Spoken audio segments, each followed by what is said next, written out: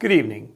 I'm Peter Resnicek from ShadowTrader.net, and this is another edition of the ShadowTrader Video Weekly for Sunday, November 28th, 2021. It's great to be back with you all here in this studio, in front of the camera, in front of the big screen, obviously. My arm is finally out of that sling, feeling a little bit better, so I'm able to produce these more long-form videos for you with the touchscreen television. So I'm excited to be back here with you.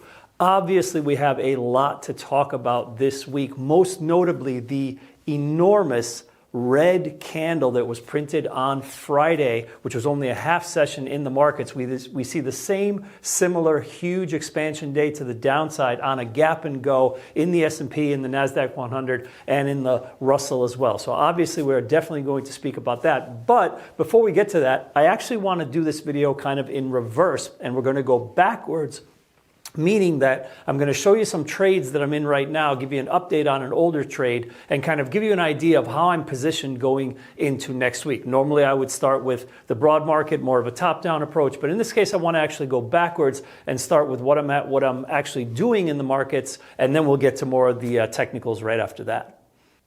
Okay, before we get into some of the newer stuff, I want to give you an update on an older trade that I told you I would. If you recall from a video maybe a month ago or so, I don't really remember exactly when, but I told you that we got ourselves into a call debit situation on Myrna as it was kind of cresting up near the top of its chart, and then the stock just completely fell apart. It actually gave a false signal of breaking a downtrend, looking like it was going to go much higher. I entered into a bullish structure on the call side, and that ended up going against us in a big way. And I told you that I was working my way out of that debit because it just didn't sit well with me. I felt like I made a grave error in that trade in not selling those calls as soon as the stock gave that signal that the breakout failed. And so I've been working all this time to get that debit back. And I just wanted to give you an update on that trade, which was number 747 back here. And you can see we've actually got that loss down now to only $142. And this trade was down about somewhere over $4,000. So a lot of good lessons to be taken from the trade. What had ended up happening was before that recent gap up and move higher over the course of this week, we continued to enter into call ratio spreads structured like this, November 19th and November 26th, and we were using that 300 strike as our short. So we were putting in 1x3s, long 275, short at 300, and then the next week long at 270, short at 300 in a 1x3 structure, and that ended up paying off really well. As you can see, we got out of all of those for really large credits, $3, $6, etc. And that basically it was how we were able to take that loss down to basically almost nothing. So really educational trade. Had a lot of good emails on this one as far as the different things that we did in terms of perseverance. One of the things that I would also mention about a trade like this is that one of the discussions that we had in the weekly options advisory was, is it revenge trading or does it make sense? Do you know what I'm saying? Like, when do you just call it quits and say, okay, I was wrong, just take that loss? Is it a type of revenge trading? Revenge trading is a really bad thing. Revenge trading is basically when you're down in a name and you just keep trading that name over and over to try to get that loss back to zero. A lot of times, usually revenge trading is more applicable to day trading, but it can really be applicable to any name that you've suffered a loss in. And my take on the whole situation is that if you apply patience and you wait for your setups and you trade rationally, then you're not revenge trading. And in this trade, we never revenge traded. We always traded very rationally. We just kept doing the same thing that we were doing. And we were very careful using these 1x3 structures, knowing that the stock eventually should have a rally at some point, but we were very careful using these structures never to lay out a debit, and that's really, really important. If you have the margin, as I always say, this is the way that people should be approaching options, and this is what I teach the most in weekly options advisory, is how you can get into structures that don't cost you anything so that if you're wrong, nothing happens, but if you're right, there's huge gains to be made. So that's really important. A lot of times when people fall into the trap of revenge trading also, The important thing that goes out the window is patience. And we didn't do that here. We just kept waiting, looking for our spots. There were times during this trade where we actually didn't do anything, or we had a structure on that expired at the end of the week, and then it didn't really go anywhere. And instead of just quickly putting something on again, we waited, and we just kind of waited for our pitch. And finally, we got our pitch. And as you can see, we were able to take that loss down to almost zero, which is great. All right, let's move on to some newer trades now. All right, let's get into some current stuff. People ask me all the time, how do you feel about the market? What do you think is going to happen tomorrow? What's your market outlook for next week? And I always tell people the same thing. The best way to really know how I feel about the markets is how I'm positioning myself. It's all about putting your money where your mouth is. A lot of people talk a lot, make videos like this on the internet or whatever, but they don't show you exactly what they're doing. So you don't really know how they're positioned. They may just be pundits. They may just be, market commentators, analysts, etc. But people that are actually putting their money to work in the markets, and more importantly, people who are doing it in the manner that I do it, where I'm actually sending out the trades live in real time to many, many subscribers, right? Putting my reputation on the line with every single trade. That tells you a really huge amount of information about how I feel about the market, because when I'm comfortable with the market, I'm a lot more aggressive. I have more trades, and those trades will often have more debit outlay, or they'll be more in line with what I call risk reversal, where I'm willing to be short naked puts and long call verticals, etc., because I'm taking a very, very bullish stance. I like to be aggressive like that. If I'm buying call verticals, I like to be selling naked puts, etc. So the way that I'm positioned going into any particular week will always tell you how aggressive I am. So let's take a quick look at what's going on with trades this particular week. Again, I'm speaking to you on Friday, the 26th. A lot of this stuff was put on before, obviously, before the gap down. So there were a number of adjustments that needed to be made on Friday. But when I go through these trades and you see the names that I'm in and how I'm positioned, it'll give you an excellent idea of how I feel about the markets even before we get to the technical analysis section towards the end. All right, let's start. Myrna, back in it, new trade, number 802, call butterfly, decent size here, 4 units, paid about $2 for it, and basically we're looking at being in a 375, 400, 425 structure. If you look at the chart of Myrna, and I'm not going to switch the screen right now, but it's pretty easy to see, downtrend line is coming in right at 400. Obviously, the COVID news over the weekend, bullish for the stock. I would have liked to have seen it close stronger than it did. It was kind of mid-range in terms of the close when it pulled in off the highs, but I think it's got some legs to it, and I think a $25 wide call butterfly for a $2 cost is fantastic risk reward. Obviously, those upside calls were pretty pumped as the stock was rallying. And remember that as those upside calls get more and more expensive, okay, through an increase in implied volatility, or sometimes just price driving towards those strikes, right?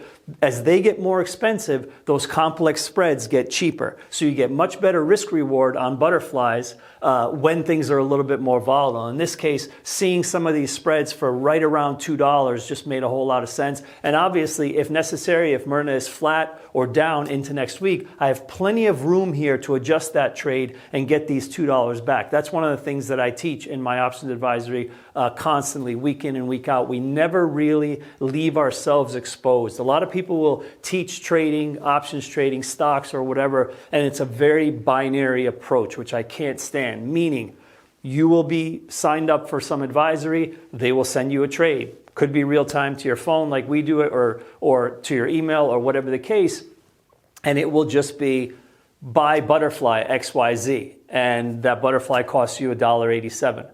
And they look at it as a very binary outcome, meaning they're either going to go to the mid strike and make this huge trade, or it's going to go to zero. And I think that's absolutely ridiculous. I've never traded like that. The whole point of using the structure of options when you put them on is the fact that they give you a lot of options putting them on, but you have just as many options, so to speak, pun intended, to take them off. You can always adjust different things. So if you look at a structure like this, where I paid $2 and I'm long the 375 call, I'm short 2 of the 400s, and I'm long the 425, well, think about it. There's lots of things that can be done with that to get that $2 back. I could easily turn it into a ratio, and I can sell that 425 strike, right? I can get rid of that upside call, which may not be necessary, and bring in some money there. I could increase what's going on in the mid strike in the 400, and instead of being 1 by 2, I can be 1 by 3, right? I can take the 375 and I can move it up closer to the 400 and take in a credit that way by selling a vertical. And now I would be in a broken wing butterfly because maybe I'd be in a 390, 400, 425. Okay, so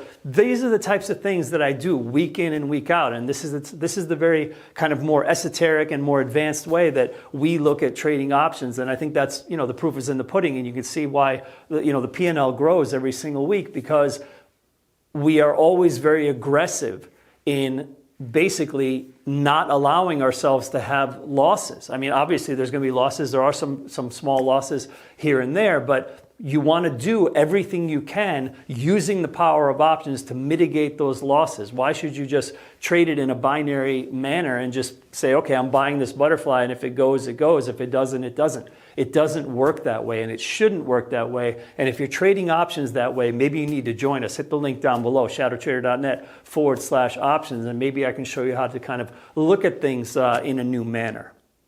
All right, let's move on. Next one, butterfly in the other direction. And when I get into the chart portion of the presentation, you'll understand better, and I'll show you why I structured this as I did. But it's an SPX put butterfly, very short duration, that expires on Monday. That's one of the most beautiful things about S&P options, is that you've got those multiple expiries throughout the week. You've got Monday expiry, you've got Wednesday expiry, and you've got Friday expiry. So if you've got a good handle on short-term technical moves and you see targets against support resistance, against moving averages, fib levels, whatever it is, you can exploit that really well using short-term options, maybe even expiring that day or 2 days hence or 3 days, etc., using those Monday, Wednesday, Friday expiries. So in this particular trade for the S&P, again, expiring Monday, I'm in a straight butterfly. Okay, not a crazy structure, no BWB, no unbalance, 45.60, 45.40, 45.20. So I've got a 20-point wide butterfly expiring on Monday to the downside. But here's the beauty of it. Look at the cost. As the IV was pumped up, remember, the cost of complex spreads goes down, 20-to-1 risk reward, 2 units officially at $1 debit. So that's what we're looking at. So obviously I am at least short-term bearish going into early next week, or else I would not have put this on, even though the risk reward is fantastic. Plenty of opportunity, I would say, on Monday to adjust out of this if necessary, similar to what I talked about in Myrna, but really, really good setup. And again, I'll show you why that particular mid-strike when I get to the chart portion of the video. Okay, continuing on. This one here is on Lulu. Again, this was put on much earlier before the Friday activity. Notice how risk reversal basically, but I've got call ratio on the call side, put ratio on the downside. So I'm collecting a credit here, I'm paying a debit here, but most importantly, what's the net of that? So I've got a bullish structure, but what's my cost if Lulu goes nowhere? Nothing, right? Almost nothing. You can see I've paid $1.75 and I sold 2 times 75, and you can see the net of that is 25 bucks. So the stock goes nowhere, I lose almost nothing. I'm bullish on Lululemon. Next one is an Apple risk reversal, which we purposely didn't go too heavy on last week. Usually we'll do like 4 units on one side, 8 units on the other. This one was 2 units on the upside, 4 units on the downside. Same type of risk reversal, but in this case, naked short puts at 152.50 in Apple. You can see here, here's the structure if you want to go over it. And then long, this call vertical on the call side, 162.50, 170. Obviously, a lot of that got blown out of the water today as Apple really fell kind of hard with the rest of the broad market. This trade is really not in bad shape. The only mark against us right now is the fact that we came into the session short 4 of the 152.50 puts naked, and I purposely bought back half of them. You can see we sold them here for 50 cents and again for 46 cents, and I took a little bit of a hit on those puts today. And the reason I did that is because coming into Monday with 4 units short on a 152.50 put, especially with Apple, trading around 157, 156, where it was, I was not all that comfortable with that kind of size, so I was willing to take a little bit of a hit on the puts. If I have to roll next week, I'd be more comfortable doing that on half size. I prefer not to do that at all, but if so, I'm willing to take a little bit, I'm willing to take a little bit of pain right now in order to lessen that potential pain later. This is also a concept that I teach over and over in my options advisory, that if you take anything away from this particular video, if you're a newer trader, if you're struggling, please listen to just this. This is the main takeaway if you're new to trading. You should always be willing to sacrifice small losses up front to potentially avoid greater losses down the road, even if in hindsight it will prove that it wasn't necessary. Because over time, if you do this all the time, it will work in your favor. There will be times where if you hadn't bought it back, you would get killed, etc., etc. I do this all the time. One of the marks of professional traders and not very professional traders is how willing they are to take losses easily. You have to be willing to do that sort of thing without batting an eye. It's like, okay, don't like that, done, buy it back, out, rinse, repeat, move on to the next trade. Never think of any particular trade or any particular loss as career defining or year defining. Remember, everything in trading is a marathon. It's not that day, it's not that week, it's, sometimes it can be the month, but it really should be looked at over the course of the whole year. And if you put good money management skills and to use over time, you will obviously be profitable at the end, and you'll save yourself a lot of money by getting in that habit of taking losses when you can. So that's the situation right now with Apple. All we've got left, since I blew out of the upside call verticals to bring in some credit, all we've got left now is we're coming into the week with small size of 2 units short at 152.50, which expire next week.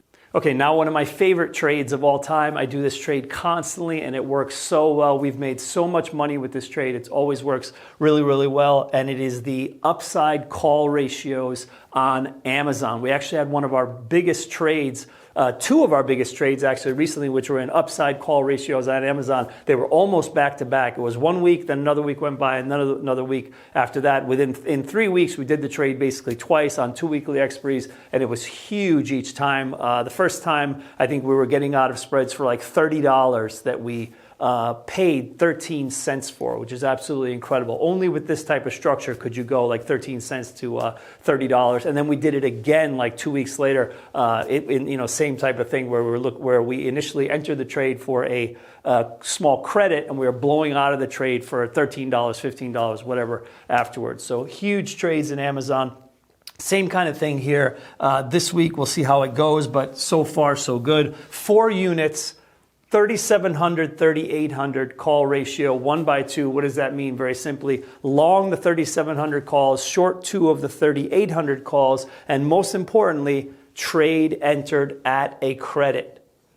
Market paid us 50 cents per unit to put it on, and notice how it already expanded. Today, started closing them, $1 credit, $1.90 credit, $1.50 credit. So we're just adding credits on top of credits, which is another thing also that's very interesting and different about the way we trade. A lot of people who come into options who may not know how these things work, they don't know that you can actually start a trade with a credit, bring money in from the market, and then close the trade for further credits. Okay, moving on to Tesla, also a similar type of risk reversal type trade. In this case, we have a call butterfly long on the upside. If you look at the strikes here, my MO is always basically the same. The big secret is this. If it's a ratio spread or a broken wing butterfly or a butterfly, it doesn't matter what the structure is. If it's a complex structure that has something short inside of it or more shorts than longs or whatever, the mid strike is always going to be at some sort of technical support or resistance. It's very simple. So the downtrend right now in Tesla's holding its own pretty well, but it is still in a downtrend right now. The midpoint, or I should say where that downtrend is coming down, is right to 1185. So obviously our butterfly on the call side is 1160, 1185, 1210. We paid a couple bucks for that, but we were able to finance it with some put ratios here, buying the 950 put, selling the 900 put twice. Why is that? support in Tesla is at 900. That was an important breakout level. And as always, again, what's the net effect if we're wrong? Doesn't cost us anything, which is the most important part of the trade. All right, next one is Goldman Sachs. This one really kind of threw me for a loop a little bit in that financials were extremely strong earlier in the week. Before this big rout happened on Friday, financials looked fantastic, right? Everything was just looking good. The market was bullish, holding that 20 MA in the S&P. Everything was looking great. And financials really looked like they were poised to move higher, and they were showing a lot of relative strength. All right, let's get into the last two because they kind of go together in that their structures going in were very, very similar. The first trade is Goldman Sachs. And again, put on well before Friday. Earlier in the week, I was extremely bullish on financials. I thought they looked great. To be honest with you, I thought the market looked great before Friday, before that news hit. The market just looked fantastic. I thought we were moving much higher. Goldman Sachs as well. In this case, 1/3 call ratio, as you can see here on Goldman. Pretty simple structure, 410, 425. So I gave myself about a $15 wide profit area, and I was willing to pay 60 cents for that. Remember, not all ratios are put on for credits. It depends how bullish or bearish I am, whether I'm willing to pay a debit or not, how wide I want to be, etc. There's a lot of different factors that go in as to whether or not that trade gets put on for a credit or a debit. That's one of the things that is kind of a secret sauce, so to speak, of how to do these trades properly. 60-cent debit, 410, 425, and I kind of just left it out there. I did not sell any puts on the downside, which also tells you a lot about how I felt about the market even before Friday. I was not willing to take on that extra risk. I just put the trade out there at a 60-cent debit, and then as the rout happened on Friday, financials fell, GS fell, everything tanked. All I had to do was simply start moving that 410 call higher, as you can see here, up to 422.50, very simply. So the initial structure looked like this, +1, -3, correct? And I was at 410, and this one here is at 425, and this cost me 60 cents, as you can see. But in order to get that 60 cents back, if I lose confidence that the market is no longer going to have a chance to get somewhere up into this structure to expand the spread for me, what can I do? So over the course of today, in two separate trades, you can see here, all I did was took the 410 and moved it up to 422.50, collecting 55 cents credit each time. And what does that do to our cost? It negates it almost completely. As you can see, our initial cost was $240, and the credits received for the call rolls are $220. So if this goes nowhere and this is the trade and we just leave it alone from here, we lose a grand total of a whopping 20 bucks. Okay, so really I think it's a good way to kind of look at things and structure things in such a way that basically leaves you an out if something untoward happens like we saw Friday, all right? Let's move on to Facebook because it is very, very similar in terms of structure. I came in to Friday with this particular trade on the call side. Again, no downside put risk at all, just doing the call ratios. Similar structure, 1/3. And in this case, in Facebook, I was bullish, 355, 380, and again, it was the same structure. So I'm leveraging the 380s that I'm selling 3 of while at the same time only buying 1, 355, and you can see here the distance here gives me a $25 potential profit target. Now on this particular trade, what's really saving us here, and you're going to see in a moment how I adjusted it, what's really saving us is that I purposely, because the structure was so wide, went out to December 10th instead of just December 3rd because I knew that it would leave a lot more credit in the call options even if the stock fell as it did. And so I've already started adjusting this. I'm not done yet, but notice what I did is all I had to do in this case, instead of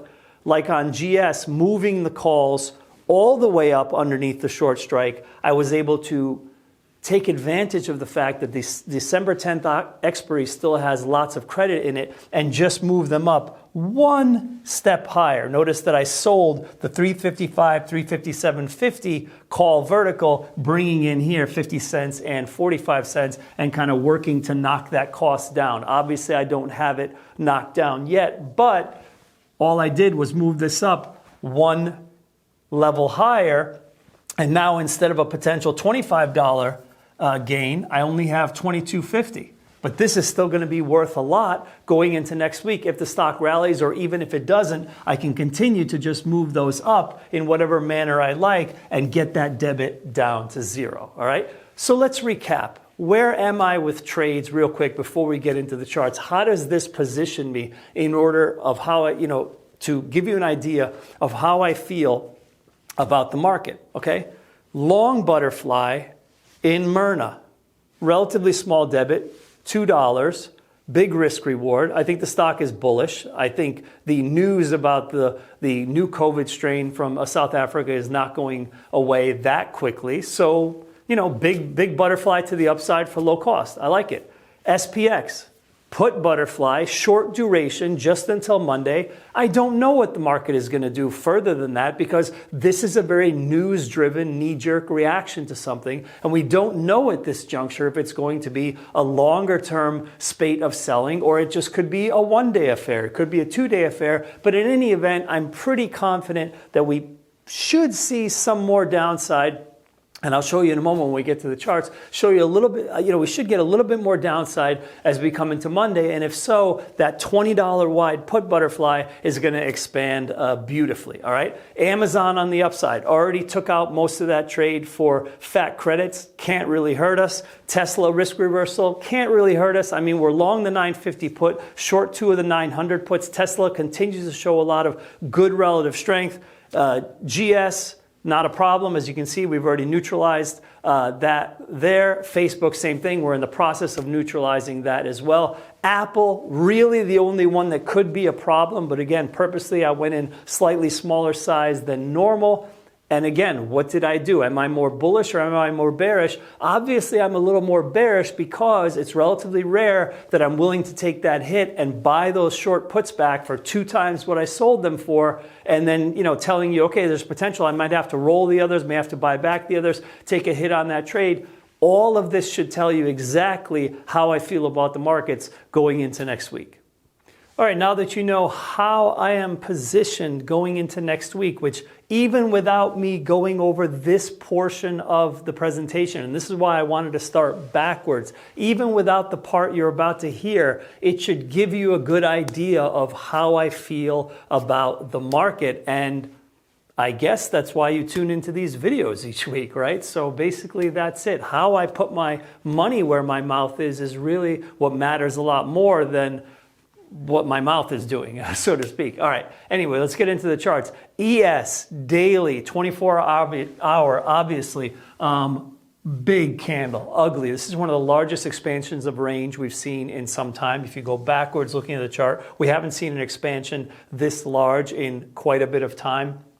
Obviously, the COVID news coming out of South Africa, new strain, market doesn't like it. Why? Potential shutdowns in Europe, etc. Not good for the market. Main takeaway here, I think, is just the momentum from the move. And given that we closed at the lows, should at the very least take us to this prior high area in the ES, and you can see it was also a breakout area. Obviously, that's what I think is the short-term target in the ES, at the very least, taking us down to about 45.40-ish. We closed at about 45.80 on Friday, so maybe another 40 points lower, at least to there. We'll see. Obviously, we're coming into a weekend. Anything can happen on Sunday night. Could be another gap down on Sunday night. We could open up down here. Doesn't matter. But regardless, this is how I see things playing out, at least in the short term, in the ES. All right, let's take a look at the NASDAQ. Now, the NASDAQ is interesting because it was showing relative strength all day Friday. In the morning, coming into the market, it was only down about 1% overnight as opposed to closer to 2%.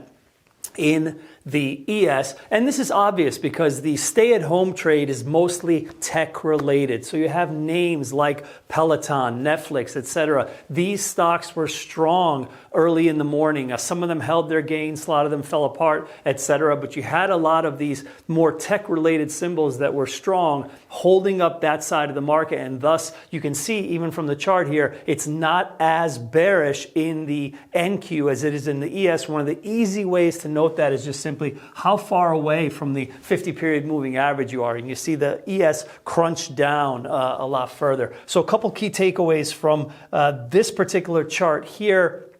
Again, I think there is potential for movement down, but again, that sort of dichotomy between these two is so glaring in that if something is going to save the market here, I would say it's going to be tech. And if and when things turn around, if we are going to get a Santa Claus rally, and I do think this is a very bullish period, and if we can get through this and the market doesn't completely fall apart here, tech is still going to be the place to be. You can see the relative strength now, and those pullbacks in all of those names that I discuss all the time, Apple, Amazon, Facebook, etc., they are probably going to be viable. So again, main takeaway here is notice we haven't even taken out this prior low.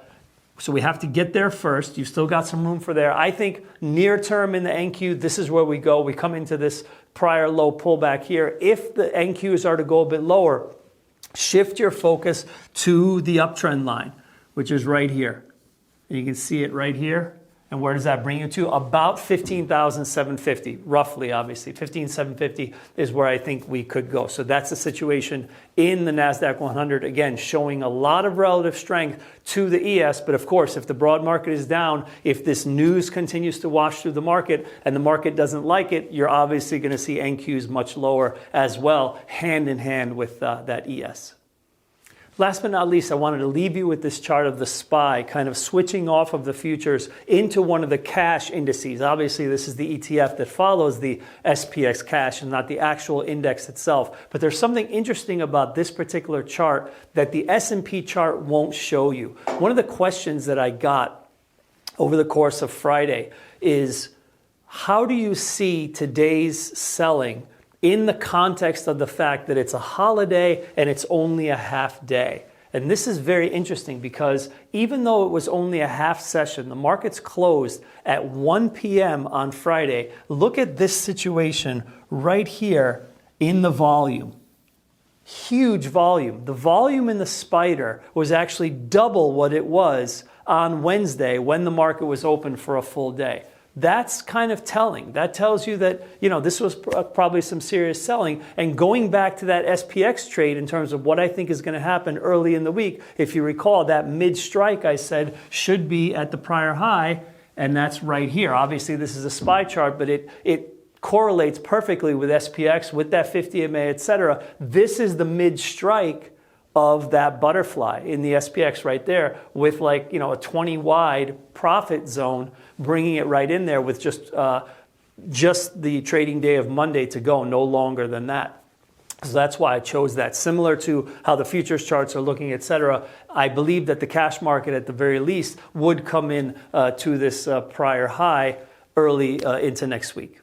And that's all for this week. Thank you, as always, for spending a little bit of your weekend with me. So let's just recap some of what we talked about. It was a lot to digest in this particular video. That entire beginning portion where I talked about the trades, I feel is extremely important. Not only do I feel that I gave you an education, impromptu, free on complex spreads and how you can leverage those spreads, but more importantly, as I was saying, it shows you how I feel about the market, and I'm obviously slightly more bearish than bullish after this. I don't know if this particular news-driven move is going to be more of just a knee-jerk reaction that lasts a day, day and a half, or if it's going to be something bigger. Certainly that volume pattern that we just looked at in the SPY tells us that there was a little bit more oomph behind the move. To have an increase in volume like that on a day that was curtailed, I think is kind of telling. And again, what were the adjustments that I made to the trades that had call debit on the upside?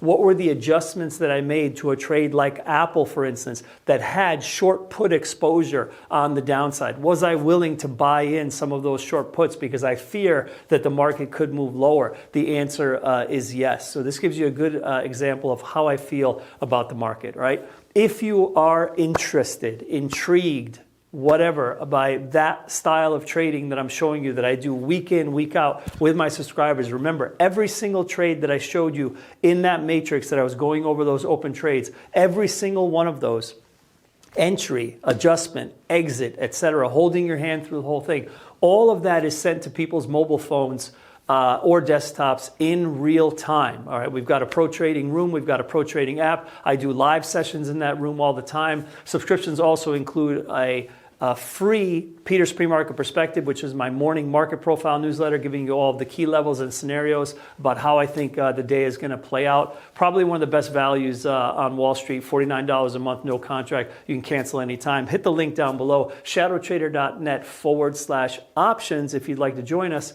and I hope to see you there. On behalf of myself and the entire Shadow Trader team here in beautiful Philadelphia, Pennsylvania, as always, I wish you good trading and good night.